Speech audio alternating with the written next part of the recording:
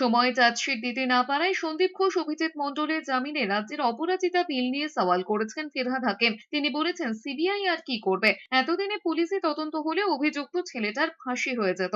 অপরাজিতা বিল এলে ক্রিমিনালগুলোর সাহস হতো না এসব করার। তিনি আরো বলেছেন, দেশের রাষ্ট্রপতি মহিলা, কিন্তু তারপরেই সম্মতিতে দেরি হচ্ছে। তার কথায়, এটাই দুর্ভাগ্য, এখানে রাজনীতি বেশি হয়। সিবিআই আবার এটা যদি দিয়ে দিত এতদিনে ওর ফাঁসি হয়ে যেত, মানে ফাঁসির সাজা ঘোষণা হয়ে যেত। যদি সিট যেটা মুখ্যমন্ত্রী করেছিল সেটা যদি দিয়ে দিত এতদিনে ফাঁসি সাজা ঘোষণা।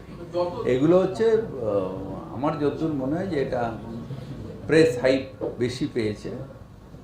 আমার মনে হয় যেটা আমাদের সিটকে দিলে অনেক তাড়াতাড়ি কাজটা হবে।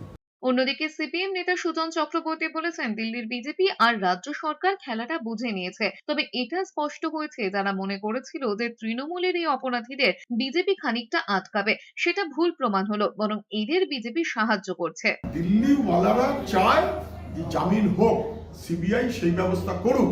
আমি আবারও বলছি, মুখ্যমন্ত্রী অত্যন্ত খুশি যে সন্দীপ ঘোষ এবং টালা থানার ওসি অভিজিৎ মণ্ডল জামিন পেয়েছেন।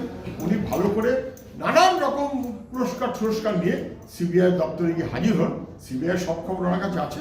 এবার ওদেরকে উৎসাহিত করুন, পুরস্কৃত করুন। কারণ মুখ্যমন্ত্রীর মান রক্ষা করার মতন করে কেন্দ্রের নির্দেশে সিবিআই চলছে।